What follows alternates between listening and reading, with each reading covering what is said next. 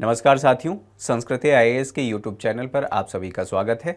आज के सेशन में हम बात करने वाले हैं समृद्धि और विकास के बारे में। यहाँ पर ध्यान रहे, समृद्धि नहीं है, समृद्धि है। ठीक है, यानी कि प्रॉस्पेरिटी नहीं, ग्रोथ की बात हो रही है और डेवलपमेंट की बात हो रही है। तो इससे संबंधित कौन कौन सी खबरें हैं, किन किन खबरों को हमें देखना है।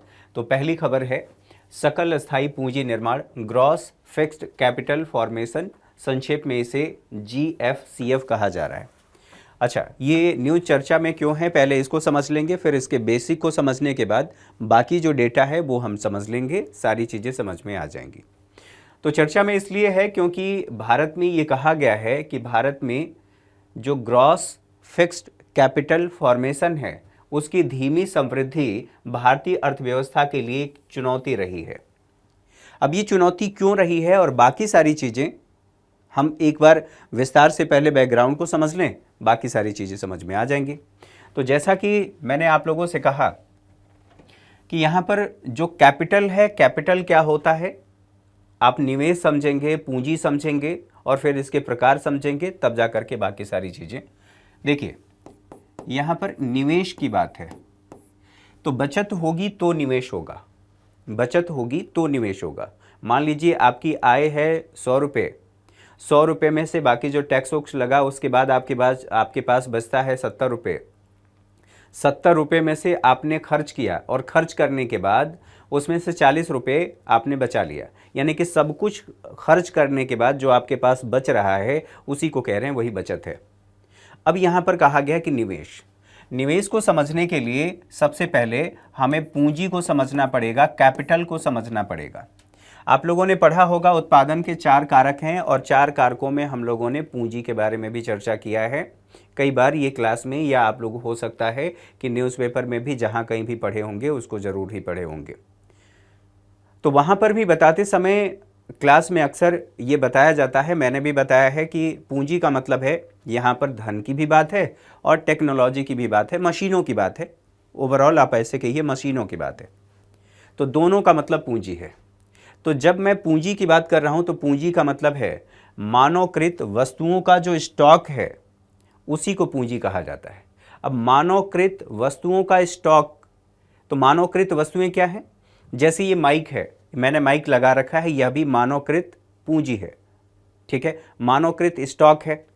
ये जो आप लोगों को बोर्ड दिख रहा है डिजिटल बोर्ड, ये डिजिटल बोर्ड भी मानवकृत है, यानी कि मानव ने बनाया है। किस लिए बनाया है? उत्पादन की गति को बढ़ाने के लिए।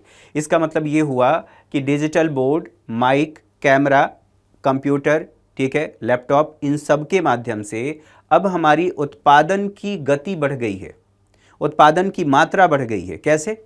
अब एक साथ ऑनलाइन लाखों स्टूडेंट एक बार में पढ़ सकते हैं, कोई दिक्कत वाली बात नहीं है।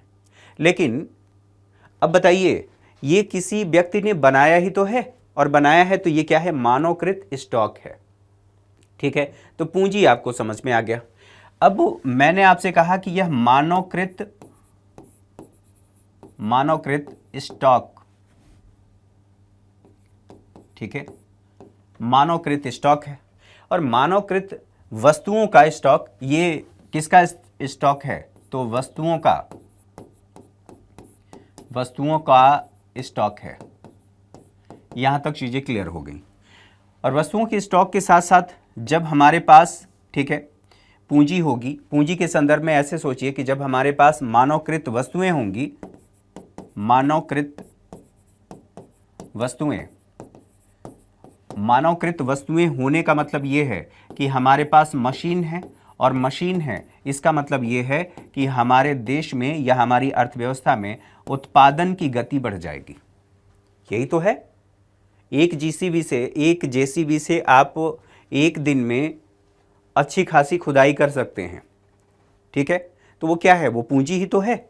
और अगर आपके पास एक जेसीबी थी, ठीक है, बुलडोज़र है ना, बुलडोज़र क्रांति हमारे देश में है ही, आप लोगों को पता ही है। तो बाबा का बुलडोज़र और तमाम अब तो मूवी में भी आ गया, तो कुछ कहना ही नहीं है। फिलहाल के लिए हमारे पास एक जेसीबी थी, उत्पादन की गति, हमारी उत्पादन की रफ्तार जो थी वो कम थी। मेरे पास 2 जेसीबी हो गई, 4 हो गई, उत्पादन की रफ्तार बढ़ गई ना। तो यहाँ पर अगर मानवकृत वस्तुएं जो हैं और उनके स्टॉक में परिवर्तन होता है, यानी कि मशीन परिवर्तन होता है, तो उत्पादन की गति बढ़ जाएगी। अब इसी निवेश क्या है, जो मानवकृत वस्तुएं हैं उनके स्टॉक में परिवर्तन को निवेश कहा जाता है। हमारे पास एक ये डिजिटल बोर्ड था, अब ये मान लीजिए कि 2024 में हमारे पास 5 था, 2025 में हमारे पास 10 हो गया, यानी कि एक वर्ष में हमने 5 और बढ़ा लिए, तो उस पर जो हमने खर्च किया वही तो हमारा निवेश है। और किसी ने पूछा कि भैया इतने बोर्ड क्या करेंगे, तो इसका सीधा सीधा सा मतलब है कि भैया ये तो हमारा इन्वेस्टमेंट है, इसी से तो कमाना है, इसी से तो पैसे मिलेंगे। ठीक है, ये बात समझ में आ गई। अच्छा, निवेश ये समझ में आ गया। जब ये चीज़ें आप लोगों को समझ में आ गई कि निवेश क्या है, निवेश के साथ साथ अब इसे कैसे आप दर्शाते हैं, तो निवेश का मतलब है कि पूंजी के स्टॉक में जो परिवर्तन हो रहा है वही निवेश है। इसको कैसे डिनोट करते हैं, तो I इक्वल टू डेल्टा के, I इक्वल टू डेल्टा के, इससे इसको डिनोट किया जाता है। अच्छा, इसके प्रकार कौन कौन से हैं, प्रकार की बात कर लें। ठीक है, तो प्रकार एक है अस्थाई। ठीक है, और स्थाई के साथ साथ एक कहेंगे कि इन्वेंट्री होता है, इन्वेंट्री के साथ साथ आप उसको एक और नाम से जानते हैं, माल सूची। माल सूची। अस्थाई का मतलब क्या है, ये जो हमने इसमें निवेश किया है इसको हम क्या कहेंगे, ये बार बार बदलने वाला है क्या, नहीं बदलने वाला है। ये एक बार हमने पैसा लगाया, लंबा चलेगा। अस्थाई है, भवन बना लिया, अस्थाई है। इसके साथ साथ मान लीजिए इसमें जब हम बात करेंगे तो इसका मतलब है कि निर्मित वस्तुएं, हमने निर्मित वस्तुएं कुछ निर्माण किया होगा तो वो हमारे पास स्टॉक रखा है। और न केवल निर्मित वस्तुएं होंगी, आप ऐसे भी कह सकते हैं कि आप इसी चीज़ को आप दूसरे संदर्भ में कहेंगे कि हमारे पास तैयार माल है, तैयार माल। ठीक है, या अर्ध तैयार, अर्ध तैयार, अर्ध तैयार माल, ये भी क्या है, ये इन्वेंट्री है। अच्छा, दो चीज़ें हम लोगों ने देख लिया, तैयार माल हो सकता है, अर्ध तैयार माल हो सकता है, या फिर आप ऐसे कह सकते हैं कि हमने पहले से ही स्टॉक रखा हो कि यदि हमारे पास आवश्यक होगी और डिमांड होगी तो हम कच्चे माल के रूप में उस वस्तु के लिए कच्चा माल पहले से ही स्टोर करके रखे हैं कि अगर ऐसी ज़रूरत पड़े तो हम इसका प्रयोग कर लेंगे। अगर बताइए मार्केट में किसी भी तरह की अनियमितता होगी तो बाजार की अनियमितता, बाजार की अनियमितता, ठीक है, अनियमितता से ये रक्षा करता है। अगर डिमांड है, आपको ये या तो ये पता हो कि अभी डिमांड बहुत ज़्यादा होने वाला है, भविष्य में होने वाला है, कुछ समय में होने वाला है, या आपको ये पता है कि कच्चा माल समय पर नहीं मिल पाएगा तो आपने रखा है, तो ये क्या है, इसको कहा जाता है इन्वेंट्री। और इसको ये क्या है, अस्थाई। ठीक है, जैसे भवन की बात कर ले, ये भी अस्थाई है। इन दोनों को मिला करके आप ऐसे कह सकते हैं, ये दोनों यानी कि अस्थाई की बात कर रहे हैं और माल सूची की बात कर रहे हैं, इन दोनों को मिलाकर के कहें तो व्यापार का कुल निवेश, ठीक है, कुल निवेश, व्यापारी का कुल निवेश यहीं पर है। एक व्यापारी है, वो निवेश कर रहा है तो यहाँ पर निवेश करेगा, यहाँ पर निवेश करेगा। दोनों को मिलाकर के जब ये कहा जा रहा है तो हम ये कह रहे हैं कि यह कुल व्यापारी का कुल निवेश है। अच्छा, निवेश के साथ साथ अब ये भी एक बात समझना है कि जो निवेश शब्द कहा जा रहा है, निवेश को ही कई बार पूंजी निर्माण भी कह दिया जाता है। निवेश, ठीक है, इसी को पूंजी निर्माण, बताइए, इसको हम पूंजी निर्माण कह सकते हैं। और पूंजी निर्माण की जब बात हो गई तो यहीं पर हम लोगों ने ये समझा है कि अस्थाई पूंजी निर्माण, यहां पर देखिए सकल अस्थाई पूंजी निर्माण। ठीक है, हमारे देश में यदि बचत होगी तो निवेश होगा। और अगर हमारे देश में पूंजी का, अस्थाई पूंजी का निर्माण नहीं हो रहा है तो अर्थव्यवस्था के लिए ठीक नहीं है, क्योंकि उत्पादन नहीं हो पाएगा। अब जो ग्रॉस फिक्स्ड कैपिटल फॉर्मेशन की बात कर रहे हैं, ये निकालते कैसे हैं, इसको निकालने के लिए आपको ऐसे समझना पड़ेगा थोड़ी देर के लिए देखिए। मान लीजिए जो आपने अस्थाई पूंजी है, आपने कोई मशीन खरीदा तो समय के साथ इसमें डेप्रेसिएशन होगा, डेप्रेसिएशन होगा यानी कि इसके मूल्य में ह्रास होगा।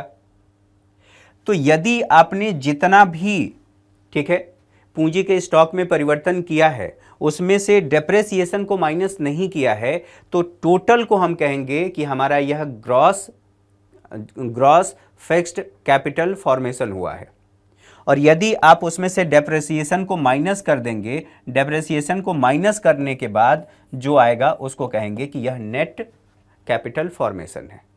ठीक है, यहां तक चीजें समझ में आ गई। जब इन सभी बातों को समझ लिए हैं, अब यहां पर देख लेते हैं क्या क्या आंकड़े बताए गए हैं, क्या क्या कहा गया है। फिर से भारत में जो ग्रॉस फिक्स्ड कैपिटल फॉर्मेशन है, ये कहा गया है कि धीमी समृद्धि भारतीय अर्थव्यवस्था के लिए एक बड़ी चुनौती रही है।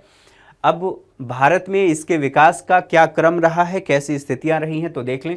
निवेश की बात करें तो स्वतंत्रता से लेकर के जो आर्थिक उदारीकरण यानी कि एलपीजी रिफॉर्म किया गया था 1991 में, उदारीकरण तक देश में जो निवेश है इसे जीडीपी के रूप में व्यक्त किया जाता है। ठीक है, जो जीएफसीएफ है इसे जीडीपी के प्रतिशत के रूप में व्यक्त किया जाता है। तो कहा गया है देश में निवेश जीडीपी के 10% के आसपास रहा है। ठीक है, इसके साथ साथ 1980 के दशक में बात करें तो 1980 के दशक में निवेश जीडीपी के लगभग 10% के आसपास ही रहा है। वृद्धि कितनी हुई है तो और कब हुई है तो 2007-8 में लगभग यह 27% रहा है। यानी कि ये वृद्धि देखने को मिली है कब, 2007-8 में। पहले कितना था, ये 10% था, अब कितना है 27%। यानी कि बचत होगी तब तो निवेश होगा। ठीक है, निजी निवेश, अच्छा दोनों की ही बात है, सरकार भी करती है और जो कैपिटल फॉर्मेशन है सरकार भी करती है, निजी क्षेत्र भी करता है। तो यहाँ पर कहा गया कि निजी निवेश में गिरावट कब आई है तो वर्ष 2011-12 के बाद से निजी निवेश में गिरावट शुरू हुई है। यह 2020-21 में जीडीपी के 19.6%, ठीक है, के निचले स्तर पर पहुँच गया था। यानी कि इसके बाद जो आपने देखा है कि ये 2007-8 में 27% रहा है, अब ये घट करके यानी कि 2020-21 की बात करें तो 19.6% हो गया। ठीक है, वर्तमान में पुनः इसमें वृद्धि देखी गई है, यानी कि लगातार अब जो जीएफसीएफ है उसमें वृद्धि देखी जा रही है। सारी बातें आप लोग यहाँ तक समझ चुके हैं। अब इसके बारे में बात कर लेते हैं। सकल अस्थाई पूंजी निर्माण किसी अर्थव्यवस्था में अस्थाई परिसंपत्तियों में सकल जोड़ या वृद्धि है, सकल जोड़ या वृद्धि है जिसमें डेप्रेशिएशन शामिल नहीं है। ठीक है, मतलब माइनस नहीं किया गया है, सॉरी माफ़ कीजिएगा, डेप्रेसिएशन को माइनस नहीं किया गया है। पूंजी निर्माण संयंत्रों, उपकरण, मशीनरी जैसी जो परिसंपत्तियां हैं, शिक्षा, स्वास्थ्य, कौशल, मानव पूंजी में निवेश की प्रक्रिया है। ठीक है, इसके साथ साथ और देख लें, हम लोगों ने अस्थाई के बारे में बात कर लिया, माल सूची के बारे में बात कर लिया। मैंने आपसे कहा कि ये इन्वेंट्री भी इसको कहा जाता है। यहाँ पर हम लोगों ने अस्थाई पूंजी के संदर्भ में बात कर लिया कि जैसे ये बोर्ड है, इसके अलावा भवन भी है, ये अस्थाई पूंजी है। फिर हम लोगों ने तैयार माल के बारे में इसमें चर्चा किया। तैयार माल के अलावा अर्ध तैयार माल, कच्चा माल, ठीक है, पूर्णतः तैयार माल ये रखा गया है, इसको कहा गया है ये माल सूची है। ठीक है, और ये बाजार में किसी अनियमितता से रक्षा करता है, ये बचाता है, ये भी आप लोगों ने समझ लिया। अब इसमें क्या शामिल है और क्या शामिल नहीं है इसको भी देख लीजिए। जैसे भूमि में बाड़ लगाना, समतलीकरण और जल निकासी, इस सबको कहा जा रहा है कि ये क्या है, इसमें शामिल है। यानी कि जो जीएफसीएफ है उसमें ये शामिल है। इसके साथ साथ जैसे संयंत्र की बात करें, मशीनी उपकरणों की बात करेंगे, उनकी जो खरीद की गई है और संरचना विकास किया गया है वो भी तो कैपिटल है। बार बार उपयोग में आने वाले जो पशुधन है, जैसे डेयरी की बात कर लीजिए, बड़े पैमाने पर मरम्मत या रख रखाव पर जो किया गया खर्च है उसको भी शामिल किया गया है। यहाँ पर अमूर्त संपत्ति भी इसमें शामिल की गई है। शामिल नहीं है जैसे मध्यवर्ती उपयोग के लिए निर्धारित लेन देन, ये इसमें शामिल नहीं है। घरेलू अंतिम उपभोग व्यय शामिल नहीं है, जैसे मशीन और उपकरण की बात कर लें, अंतिम उपभोग व्यय। अब यहाँ पर कहा गया कि घरेलू अंतिम उपभोग व्यय, तो आप अपने घर में टीवी, पंखा या आयरन लेकर के आते हैं तो ये क्या है, अंतिम उपभोग व्यय है ना, आपने उस पर खर्च किया है, तो आप उसको कहेंगे क्या? नहीं, क्योंकि उसमें डेप्रेसिएशन ही है, उससे उत्पादन की गति बढ़ रही है क्या? नहीं। प्राकृतिक आपदाओं से होने वाले नुकसान, इनको इसमें शामिल नहीं किया जाता। अच्छा, इसको समझने के बाद अब आगे बढ़ते हैं, अगली न्यूज़ देख लेते हैं। मानव विकास रिपोर्ट के बारे में बात कर लेते हैं, ह्यूमन डेवलपमेंट रिपोर्ट। ठीक है, हालांकि इंडेक्स की बात होती है, लेकिन यहाँ पर रिपोर्ट की हम बात कर रहे हैं, रिपोर्ट ऐसे ही समझ लीजिए। और इंडेक्स के संदर्भ में हम लोगों ने पहले भी चर्चा किया है कि ये परिवर्तन को बताता है, सकारात्मक या नकारात्मक दोनों ही परिवर्तन हो सकता है। तो जो ये रिपोर्ट जारी किया गया है यूनाइटेड नेशनल डेवलपमेंट प्रोग्राम के द्वारा, मानव विकास रिपोर्ट 2023-24 जारी किया गया। इसका जो शीर्षक है वो क्या है? Breaking the gridlock, reimagining cooperation in a polarised world. Polarised world, ये इस रिपोर्ट का नाम है या शीर्षक दिया गया है, आप ऐसे कह सकते हैं। रिपोर्ट से संबंधित तथ्य क्या कहते हैं? तो रिपोर्ट में लोकतंत्र में विरोधाभास जैसे डेमोक्रेसी पैराडॉक्स शब्द का इस्तेमाल किया गया है। ये कहा गया है कि प्रवृत्ति में वृद्धि पर प्रकाश डाला गया है कि लोकतंत्र में, ठीक है, क्या परिवर्तन आ रहा है। यहाँ पर लोकतंत्र में विरोधाभास, और इसी का इंग्लिश है डेमोक्रेसी पैराडॉक्स। पर डेमोक्रेसी पैराडॉक्स का मतलब होता है कि एक ही समय में लोकतंत्र के पुरजोर समर्थक भी हैं और उसके विरोधी भी मौजूद हैं, यानी कि उसको कमज़ोर करने वाले नेता भी हैं। तो दोनों स्थितियां एक साथ हैं, इनको कहा जा रहा है डेमोक्रेसी पैराडॉक्स। ठीक है, अच्छा, इसके बाद आगे बढ़ें तो 2023-24 में जो रिपोर्ट जारी किया गया है 2023-24 का, उस रिपोर्ट में भारत की क्या स्थिति है? तो भारत की स्थिति के संदर्भ में एसडीआई स्कोर क्या बताता है? भारत का स्कोर 2021 में इतना था, 2022 में बढ़ करके ये इतना हो गया है, और 2022 में एसडीआई के सभी घटकों में सुधार दर्ज किया गया है। तो सभी घटक कौन से हैं?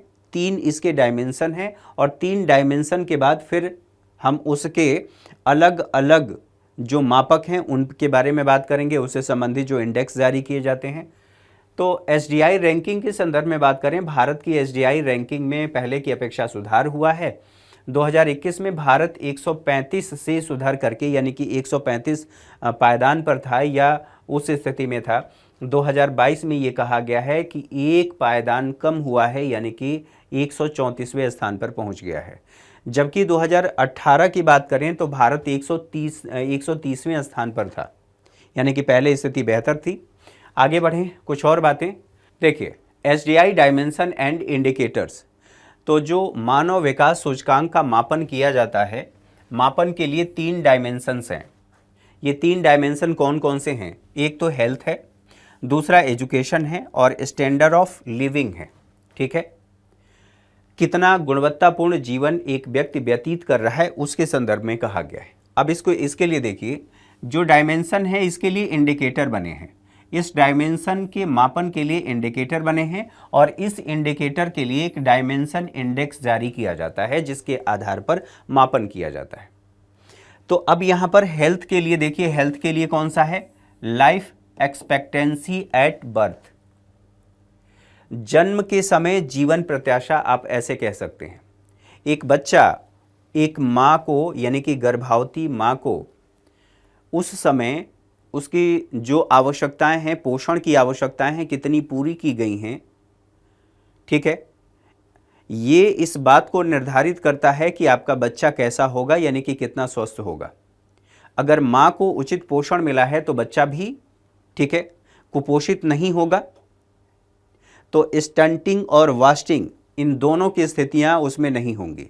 अब इसके लिए कहा गया है कि जन्म के समय जीवन प्रत्याशा, यदि बच्चा स्वस्थ पैदा हुआ है, उसका वजन ठीक है, तो इसका मतलब यह है कि हम अनुमान लगा सकते हैं कि ये बच्चा लंबा जिएगा, इसका जो जीवन है वो लंबा होगा। तो हमने एक्सपेक्ट कर लिया। ठीक है, कब कर लिया? तो जन्म के समय कर लिया। अब इसका मापन करने के लिए एक हेल्थ इंडेक्स जारी किया जाता है। ठीक, इसके साथ साथ एजुकेशन के संदर्भ में बात करिए। यहाँ पर कहा गया स्कूलिंग का वर्ष कितना है, कितने वर्ष स्कूलिंग हुई है और कितना हमने अनुमान लगाया था। अब इन दोनों के आधार पर इन दोनों के लिए एक एजुकेशन इंडेक्स जारी किया जाता है। ठीक है, फिर स्टैंडर्ड ऑफ लिविंग और इसके लिए gross national income per capita GNI की बात की जा रही है। और जब हम इसको देख रहे हैं तो इसका मतलब है कि हमने GNI इंडेक्स का मापन कर लिया और GNI इंडेक्स के माध्यम से हमने पता कर लिया। तो बिना आय के आपका जीवन, बिना, आप ऐसे कह सकते हैं, बिना समृद्धि के आपका जो जीवन है वो विकसित नहीं हो सकता। आप ऐसे कह लीजिए, समृद्धि होगी तभी विकास होगा, और विकास के लिए इन 3 चीज़ों का होना आवश्यक है। तो इस संदर्भ में, यानी कि विकास के संदर्भ में, उस विकास से पहले की जो अवस्था है वो है समृद्धि, यानी कि समृद्धि होगी तभी विकास होगा। ठीक है, अच्छा, ये आप लोगों ने समझ लिया। इसको समझने के बाद आगे बढ़ते हैं, भारत के पड़ोसी देशों के साथ तुलना कर लेते हैं। तो भारत से आगे कौन कौन से देश हैं? तो चीन है, श्रीलंका है, मालदीव है, भूटान है और बांग्लादेश। ठीक है, भारत से पीछे कौन से देश हैं? तो भारत के सभी जो पड़ोसी बाकी देश बचे हुए हैं, म्यांमार 144वें स्थान पर है, नेपाल 146वें स्थान पर, पाकिस्तान 164वें स्थान पर है, अफगानिस्तान 182वें स्थान पर है। और मानव विकास में भारत की जो श्रेणी है, इन सभी इंडिकेटर्स के आधार पर मध्यम श्रेणी में रखा गया है यूनाइटेड नेशन डेवलपमेंट प्रोग्राम के द्वारा। ठीक है, अब इसके बारे में बात कर लें तो जारी कौन करता है? यूनाइटेड नेशन डेवलपमेंट प्रोग्राम के द्वारा जारी किया जाता है। 1990 में इसका पहली बार प्रकाशन किया गया था और उसके बाद इसका वार्षिक प्रकाशन शुरू हो गया। ठीक है, यानी कि यह एक वार्षिक रिपोर्ट है, प्रतिवर्ष इसका प्रकाशन किया जाता है। उद्देश्य क्या है? मानव विकास को प्रभावित करने वाली जो वैश्विक चुनौतियां हैं, उन चुनौतियों की ये पड़ताल करता है। साथ ही उनके बारे में, चुनौतियों के बारे में ये सिफारिश भी देता है। SDI का विकास महबूब उल हक जो पाकिस्तान के अर्थशास्त्री थे, ठीक है, और भारत के भी अर्थशास्त्री, ठीक है, वो भी शामिल थे। फिलहाल के लिए इन्हीं का नाम लिया जाता है।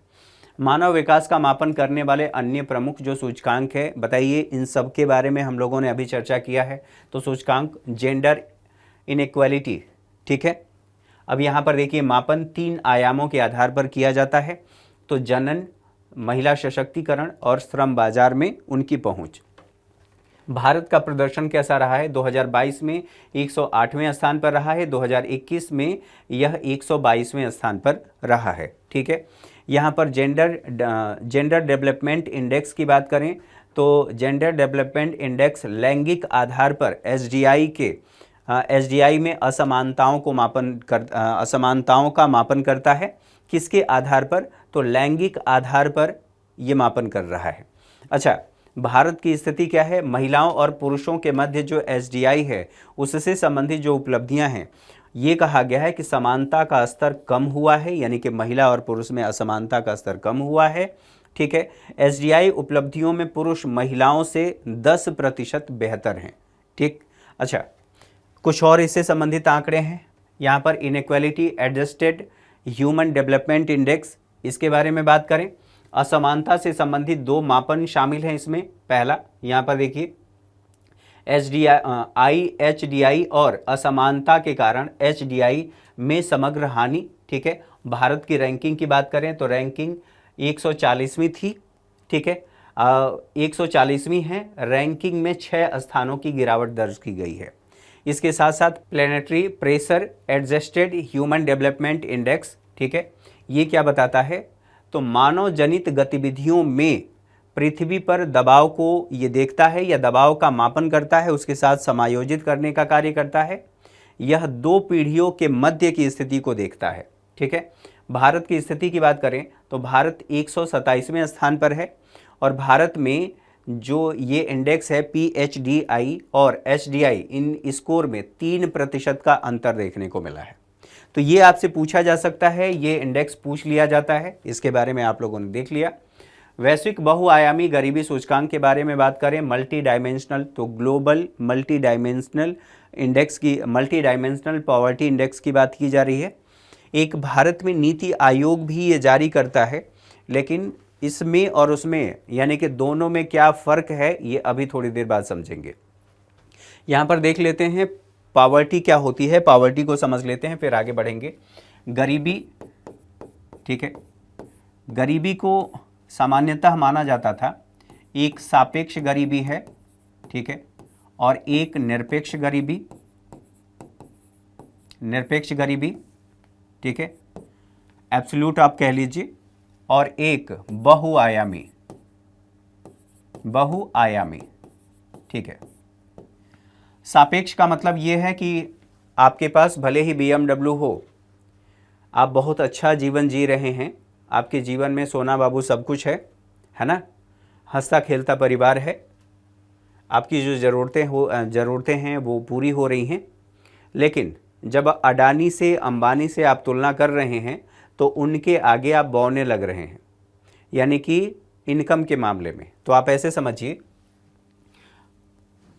कि आप उनकी अपेक्षा गरीब हैं, तो यहाँ पर तुलना हो गया, तो ये तुलनात्मक रूप से देखा जा रहा है, तुलनात्मक रूप से आप मापन कर रहे हैं, तो ये सापेक्ष है, यानी कि एक व्यक्ति के मुकाबले आप अमीर हैं या गरीब हैं ये देख रहे हैं। निरपेक्ष गरीबी का सीधा सीधा सा मतलब है कि आप चले जाइए कश्मीरी गेट के आसपास, कश्मीरी गेट दिल्ली, या दिल्ली में उन सभी क्षेत्रों की बात कर लीजिए जहाँ पर रैन बसेरे हैं, फुटपाथ पर लोग सो रहे हैं, तो आप उन्हें क्या कहेंगे, गरीबी की किस कैटेगरी में रखेंगे? तो उनको निरपेक्ष गरीबी की कैटेगरी में रखा जाता है। जो एक समय तो उन्हें खाना मिल गया, अगले समय उन्हें मिलेगा या नहीं मिलेगा कुछ पता नहीं है, तो ये निरपेक्ष गरीबी, ठीक है।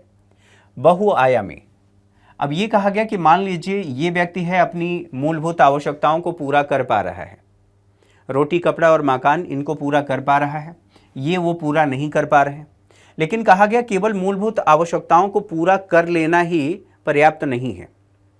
केवल इसी से नहीं समझा जाएगा कि आप अमीर हैं, आप गरीब नहीं हैं, और गरीब नहीं है इसका मतलब ये नहीं है कि आप अमीर हैं, ठीक है। इसका मापन करने के लिए कहा गया कि बहुआयामी गरीबी को भी हमें देखना पड़ेगा, और इसमें शामिल किया गया कि एजुकेशन, शिक्षा, स्वास्थ्य और आवास की बात कर लीजिए, या जीवन स्तर, लाइफ की बात कर लीजिए, ये कैसा है ये भी देखना पड़ेगा। बताइए, आप एजुकेटेड नहीं हैं, ये भी तो एक समस्या है। आपका स्वास्थ्य सही नहीं है, तो ये भी तो समस्या है। आपको केवल रोटी कपड़ा और मकान मिल गया तो ही आपको नहीं कहेंगे कि आप गरीब नहीं हैं।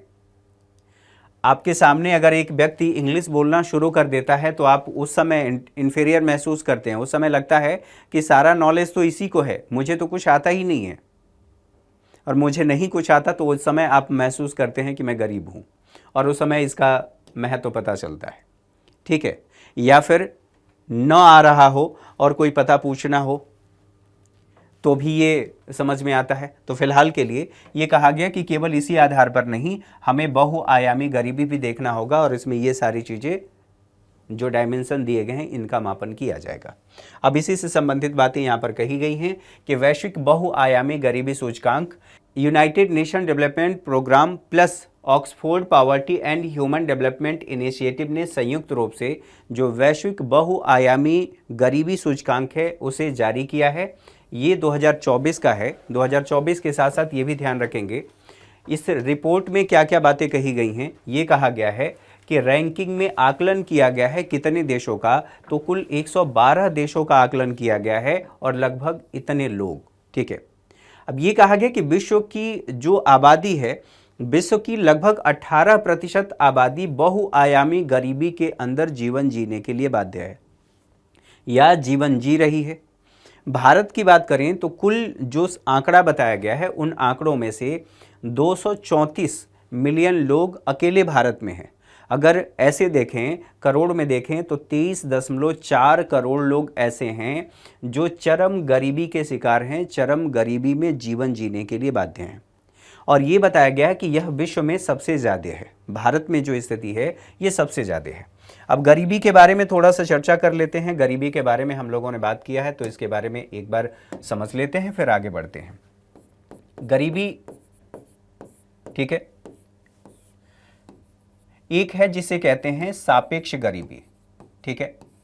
एक व्यक्ति है अपनी जीवन की मूलभूत आवश्यकताओं को पूरा कर पा रहा है, मान लीजिए अपनी जीवन की जो मूलभूत आवश्यकताएं हैं उसको पूरा कर रहा है, लेकिन उसके पास गाड़ी भी है, बंगला भी है, फिर भी जब वो अडानी से, अंबानी से अपनी तुलना कर रहा है तो उसको लग रहा है उनके आगे मैं कुछ नहीं हूँ।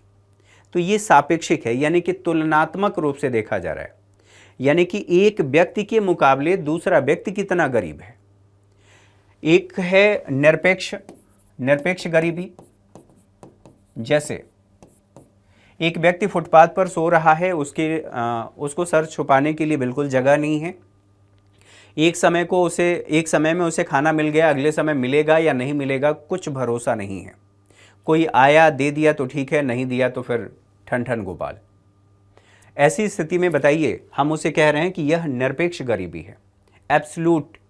ठीक, ये अपनी जो मूलभूत आवश्यकताएं हैं, रोटी कपड़ा और मकान, उसको पूरा नहीं कर पा रहा है क्योंकि इसके पास ये सक्षम ही नहीं है। ठीक है, अगली जो इसी बात को ध्यान में रखकर कि ये कहा गया कि एक व्यक्ति मान लीजिए रोटी कपड़ा और मकान को पूरा कर ले रहा है, यानी कि अपने जीवन की मूलभूत आवश्यकताओं को पूरा कर ले रहा है, इसका मतलब ये तो नहीं हुआ कि वह गरीब नहीं है। मान लीजिए वो एजुकेटेड नहीं है, उसका हेल्थ सही नहीं रहता और उसका लिविंग स्टैंडर्ड सही नहीं है। यदि एजुकेटेड नहीं है, आप कहीं जा रहे हैं, आपको हिंदी बहुत अच्छी आती हो, ठीक है, पता चला आपके सामने कोई इंग्लिश बोलने लगा, उसी समय लगता है कि दुनिया का सबसे गरीब तो मैं ही हूँ, मुझे इंग्लिश नहीं आती। ठीक है, अपना सारा ज्ञान सब कुछ व्यक्ति अंडर एस्टिमेट हो जाता है। मान लीजिए आपकी जो ज़रूरतें हैं, रोटी कपड़ा और मकान पूरा हो रहा है, लेकिन आपका स्वास्थ्य सही नहीं है, आपको स्वास्थ्य सुविधाएं नहीं मिल पा रही हैं, इसका मतलब ये है कि आप गरीब हैं। आपका लिविंग स्टैंडर्ड जब ये नहीं होगा तो आपका लिविंग स्टैंडर्ड अपने आप कम हो जाएगा। तो इसके लिए कहा गया कि केवल इस आधार पर मापन नहीं हो सकता है, तो इसके लिए एक अलग से एक और बनाया गया जिसको कहते हैं बहुआयामी गरीबी। ठीक है, बहुआयामी गरीबी, और इसमें हेल्थ, एजुकेशन, लिविंग स्टैंडर्ड, इसको ध्यान में रखा जाता है। अब जो बहुआयामी गरीबी सूचकांक है, एक तो वैश्विक है और एक भारत में नीति आयोग है, वह भी बहुआयामी गरीबी सूचकांक जारी करता है। लेकिन जो वैश्विक स्तर पर यूनाइटेड नेशन डेवलपमेंट प्रोग्राम के द्वारा जारी किया जाता है उसमें, और जो भारत के नीति आयोग के द्वारा जो जारी किया जाता है उसमें, दो आयाम को लेकर के अंतर महसूस किया जाता है। दो डायमेंशन वहाँ पर देखेंगे, इंडिकेटर देखेंगे, डायमेंशन नहीं, वो अलग हो जाता है। भारत की परिस्थितियों के अनुसार उसे इसमें शामिल किया गया है। तो कौन कौन सी चीज़ें हैं इसको देख लेते हैं। तो सबसे पहले यहाँ पर आगे बढ़ते हैं। तो जो बहुआयामी गरीबी सूचकांक जारी किया जाता है, इसके लिए 3 डायमेंशन हैं। डायमेंशन कौन कौन से हैं? एक तो हेल्थ है, और हेल्थ के लिए यहाँ पर बताया गया है कि देखिए पोषण का स्तर कैसा है और चाइल्ड मोर्टेलिटी रेट क्या है, यानी कि प्रति 1000 जीवित जन्मे बच्चों में से कितने बच्चे, ठीक है, मर जाते हैं। आप ऐसे समझ लीजिए। फिर उसके बाद एजुकेशन की बात करें तो ईयर ऑफ स्कूलिंग का वर्ष कितना है, इसके साथ साथ अटेंडेंस कितना है। ठीक है, लिविंग स्टैंडर्ड की बात करें तो आप यहाँ पर देखिए कुकिंग फ्यूल की बात कही गई है। मान लीजिए एक महिला घर में खाना बना रही है, उपले पर खाना बना रही है, इंडोर पॉल्यूशन होगा, उसका स्वास्थ्य खराब होगा। और वही अगर एलपीजी गैस पे बना रही है तो स्वाभाविक सी बात है कि इंडोर पॉल्यूशन नहीं होगा, उसका स्वास्थ्य बेहतर होगा। तो यहाँ पर कुछ बातें बताई गई हैं, देखिए। एक तो कुकिंग फ्यूल, सैनिटेशन कैसा है, स्वच्छता कैसी है, ड्रिंकिंग वाटर उपलब्ध है या नहीं है, इसके साथ साथ इलेक्ट्रिसिटी, जीवन में बिजली आई कि नहीं, है ना, बिजली का मतलब यहाँ पर इलेक्ट्रिसिटी से है। हाउसिंग की बात कर लें, और एसेट कौन कौन से हैं, ठीक है, एसेट्स की बात की जा रही है। अच्छा, इसी के समानांतर यहीं पर देख लें, जो हमारे देश में नीति आयोग के द्वारा जो जारी किया जाता है उसमें देखिए जो डायमेंशन है वो सेम है। हेल्थ की बात की जा रही है, एजुकेशन की बात की जा रही है और स्टैंडर्ड ऑफ लिविंग की बात की जा रही है। तीनों डायमेंशन एक हैं, लेकिन बाकी उसमें जो सारी चीज़ें थी वह भी सेम है। केवल 2 चीज़ का अंतर है, 2 यहाँ पर जो कहा गया इंडिकेटर उसमें अंतर है। पहला इंडिकेटर है मैटरनल हेल्थ और यहाँ पर देखिए बैंक अकाउंट, बाकी सभी वही हैं। तो अगर आपसे पूछा जाए कि नीति आयोग और जो यूनाइटेड नेशन डेवलपमेंट प्रोग्राम के द्वारा जारी किया जाता है उसमें दोनों में क्या अंतर है, तो दो अंतर है, डायमेंशन को लेकर के नहीं बल्कि इंडिकेटर को लेकर के। अब जो आंकड़े बताए गए हैं उन आंकड़ों पर चर्चा कर लेते हैं। आंकड़े क्या कहते हैं, तो बहुआयामी गरीबी सूचकांक, ठीक है, गरीबी को मापने की एक विधि है। मापन किस आधार पर, शिक्षा, स्वास्थ्य, देखभाल, जीवन स्तर कैसा है, इसके आधार पर किया जाता है, ठीक है। और इन क्षेत्रों में गरीब लोगों द्वारा सामना किए जाने वाले कई प्रकार के जो अभाव हैं, अभावों के स्तर का मापन किया जाता है, ठीक है। साथ ही ये कहा गया कि 1/3 या उससे अधिक जो भारित संकेतक है, संकेतक से जुड़े अभावों का सामना करने वाले जो भी व्यक्ति हैं उन सभी व्यक्तियों को कहा जाएगा कि वह MPI यानी कि मल्टी डायमेंशनल पॉवर्टी के हिसाब से गरीब हैं। साथ ही पृष्ठभूमि की बात कर लें, शुरुआत कब हुई थी, वर्ष 2010 में, और ये किसको टारगेट करता है, तो UN के द्वारा, यूनाइटेड नेशन के द्वारा जो SDG और गोल की संख्या है 17, इसमें से पहला है और ये कहता है, यानी कि ये किससे संबंधित है, SDG गोल संख्या 1 से संबंधित है और ये कहता है कि SDG 1 के तहत सभी क्षेत्रों से गरीबी के सभी रूपों का उन्मूलन करना। तो ये बात आप लोगों को समझ में आ गई। इसके आगे बढ़ें, भारत के राष्ट्रीय बहुआयामी गरीबी सूचकांक की बात करें तो इसकी शुरुआत कब की गई और किसने किया, नीति आयोग ने 2021 में। मापन के लिए किसका प्रयोग करता है, तो ये NFHS यानी कि राष्ट्रीय परिवार स्वास्थ्य सर्वेक्षण, ठीक है, इसके डेटा का प्रयोग करता है और इसी के आधार पर ये जो इंडेक्स है इसको तैयार करता है। अच्छा, संकेतक कौन कौन से हैं, तो जो वैश्विक यानी कि global multi dimensional poverty index के जो 10 मूल संकेतक हैं उन संकेतकों के अलावा 2 अन्य संकेतक जैसे मातृ स्वास्थ्य और बैंक खाता को अलग से ये शामिल किया गया है और शामिल भारत की परिस्थितियों के अनुकूल किया गया है, जो अभी हम लोगों ने देखा थोड़ी देर पहले। जो national multi dimensional poverty index है, इसकी वैल्यू की बात करें तो निर्धारण कैसे होता है, हेड काउंट यानी कि कितने लोग हैं और उनको हमने गिन लिया, हेड काउंट रेशियो और इंटेंसिटी ऑफ पॉवर्टी, इन सभी के आधार पर, ठीक है, इसका आकलन किया जाता है। हेड काउंट रेशियो कुल जनसंख्या की तुलना में जो बहुआयामी गरीबों की संख्या है उनका अनुपात हम निकाल लेते हैं और इसमें ये देखा जाता है बहुआयामी गरीब व्यक्तियों द्वारा सामना किए जा रहे अभावों के औसत अनुपात का प्रदर्शन कैसा है, ठीक है। आगे बढ़ें, कुछ और बातें, ये सारी बातें हम लोग देख चुके हैं, इसको समझ चुके हैं। आगे बढ़ते हैं, मिडिल इनकम ट्रैप से संबंधित न्यूज है और ये चर्चा में क्यों है, तो वर्ल्ड बैंक ने विश्व विकास रिपोर्ट 2024 जारी किया है और इसमें कहा गया है द मिडिल इनकम, ठीक है, शीर्षक से एक रिपोर्ट जारी किया है और इस रिपोर्ट में ये कहा गया है कि भारत सहित कई देश मिडिल इनकम ट्रैप में फंसने के जोखिम का सामना कर रहे हैं। अब सवाल ये है कि मिडिल इनकम क्या होता है। मिडिल इनकम ट्रैप का सीधा सा मतलब पहले ये समझ लीजिए कि मान लीजिए आपके देश में रिसोर्सेज है और रिसोर्सेज हैं, उनका इस्तेमाल करके प्रोडक्ट बनाया जा सकता है या विनिर्माण किया जा सकता है। तो आपके देश में निवेश हुआ, प्राकृतिक संसाधनों का दोहन हुआ, एक समय के बाद प्राकृतिक संसाधनों का ठीक ठाक दोहन हो चुका है और जब आपके देश में FDI आया या निवेश हुआ तो आपको रोज़गार मिला। रोज़गार मिलने के बाद जैसे जैसे वो संसाधन खत्म होते गए, एक समय के बाद आपकी जो आय है वो स्थिर हो गई। आपकी आय, हो सकता है कि आपकी आय भी बढ़ी, लेकिन ठीक है, आपकी आय एक समय के बाद पूरी तरह से स्थिर हो गई, यानी कि उससे अब जो विकासशील अवस्था में थे आप विकासशील अवस्था से विकसित अवस्था में नहीं जा पा रहे हैं। इसी को कहा जाता है मिडिल इनकम ट्रैप।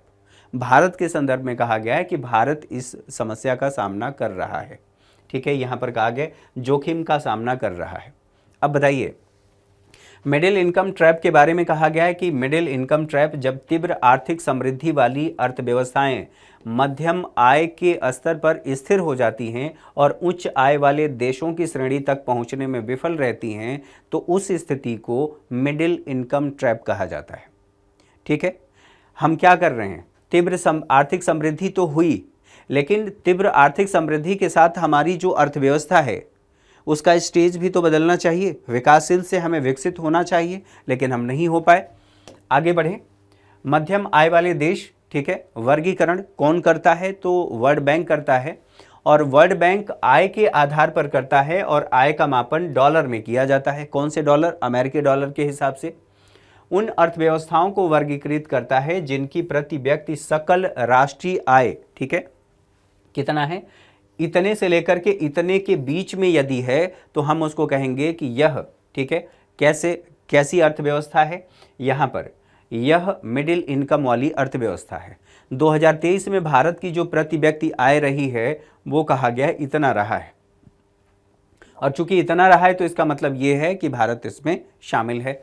ट्रेंड क्या कहता है कि पिछले दशक के दौरान मिडिल इनकम वाले बहुत कम देश उच्च आय वाले देशों की श्रेणी में शामिल हो सके हैं, यानी कि उनकी जो स्थिति है उसमें परिवर्तन नहीं हुआ है। इसके आधार पर यह अनुमान लगा रहे हैं। रिपोर्ट में सुझाव भी दिया गया है कि उच्च आय वाले देश का दर्जा हासिल करने का लक्ष्य रखने वाले देशों को 3I, ठीक है, 3I रणनीति का पालन करना चाहिए, यानी कि अपनी स्थिति में परिवर्तन या मिडिल इनकम ट्रैप से बाहर निकलने के लिए, ट्रैप का मतलब जाल आप ऐसे कह सकते हैं, उससे बाहर निकलने के लिए आपको इन्वेस्टमेंट करना चाहिए। और I का मतलब, ठीक है, यहाँ पर वैश्विक प्रौद्योगिकियों का समावेश करना चाहिए, नवाचार यानी कि इनोवेशन करना चाहिए। 3I के माध्यम से आप मिडिल इनकम ट्रैप से बाहर निकल सकते हैं, ठीक है। तो इसके बारे में आप लोगों ने समझ लिया, इससे संबंधित जो भी बातें थी। अच्छा, एक और यहाँ पर न्यूज है, देखिए, प्रोस्टन वक्र क्या कहता है? अक्सर भारत की आर्थिक समृद्धि के इतिहास का विश्लेषण करने के लिए प्रोस्टन वक्र के नजरिए का प्रयोग किया जाता है। अब प्रोस्टन वक्र क्या कहता है? यहाँ पर देखिए, ये बताता है कि एक समय के बाद, ठीक है, जो जीडीपी पर कैपिटा इनकम मान लीजिए अगर बढ़ी भी, ठीक है, जीडीपी पर कैपिटा इनकम आपकी बढ़ी भी, लेकिन आपके जीवन में यानी कि लाइफ एक्सपेक्टेंसी में कोई सुधार नहीं हो रहा है, ठीक है। आप लोगों ने टैक्सेशन के कौन कौन से सिद्धांत हैं, सिद्धांत के बारे में आप लोगों ने पढ़ा होगा। एक समय के बाद, ठीक है, सरकार क्या करती है? टैक्स की रेट बढ़ाते चली जाएगी। तो जब एक समय के बाद एक सीमा से अधिक टैक्स बढ़ाया जाएगा तो सरकार को राजस्व की प्राप्ति कम होती है, क्योंकि कर अपवंचन की संभावनाएं बढ़ जाती हैं। उसी के संदर्भ में उसे जोड़ करके देखिए, ये कहा जा रहा है कि जीडीपी पर कैपिटा इनकम के संदर्भ में पर कैपिटा इनकम तो यहाँ पर बढ़ा है, लेकिन लाइफ एक्सपेक्टेंसी देखिए यहाँ तक आया है, और यहाँ तक आने के बाद फिर इसके बाद परिवर्तन नहीं, मतलब वृद्धि नहीं हुई है। ये इसी चीज़ को बताता है, यानी कि प्रेस्टन जो वक्र है वो यही बताता है कि एक समय के बाद आपकी इनकम बढ़ती जरूर है, लेकिन आपके जीवन में गुणात्मक परिवर्तन नहीं आता, ठीक है। ये जो जा रहा है, ये रेखा ये स्थिर हो जाती है, ठीक है। आगे बढ़ें। प्रेस्टन वक्र के बारे में कहा गया है कि इसे कब पेश किया गया था? तो इसे पेश किया था एक अमेरिकी समाजशास्त्री हैं, एक अमेरिकी समाजशास्त्री थे जिनका नाम सैमुअल एच प्रेस्टन था, उन्हीं के नाम पर इसका नाम पड़ा है। 1975 में पेश किया था। प्रदर्शन की बात करें, किसी भी देश की प्रति व्यक्ति आय में वृद्धि से उसकी जनसंख्या की जीवन प्रत्याशा में एक सीमा से अधिक वृद्धि नहीं होती। गरीब देश विकास की राह पर अग्रसर, उनकी प्रति व्यक्ति आय में वृद्धि होती है। पोषण, स्वच्छता और बेहतर स्वास्थ्य देखभाल तक पहुंच के कारण शुरुआत में जीवन प्रत्याशा में वृद्धि होती है, लेकिन एक निश्चित बिंदु पर पहुंचने के बाद यह सपाट होना शुरू हो जाता है, जैसा कि यहाँ पर दिखाया गया है, ठीक है। एक निश्चित समय पर, एक निश्चित बिंदु पर पहुंचने के बाद ये सीधा जा रहा है। इसको जाना ऐसे चाहिए, लेकिन ये ऐसे जा रहा है। तो इससे संबंधित जितनी बातें थी उन सभी बातों को हम लोगों ने समझ लिया। आज के सेशन में मेरे साथ इतना ही। अगली क्लास में मुलाकात होगी, तब तक के लिए नमस्कार, ढेर सारी शुभकामनाएं।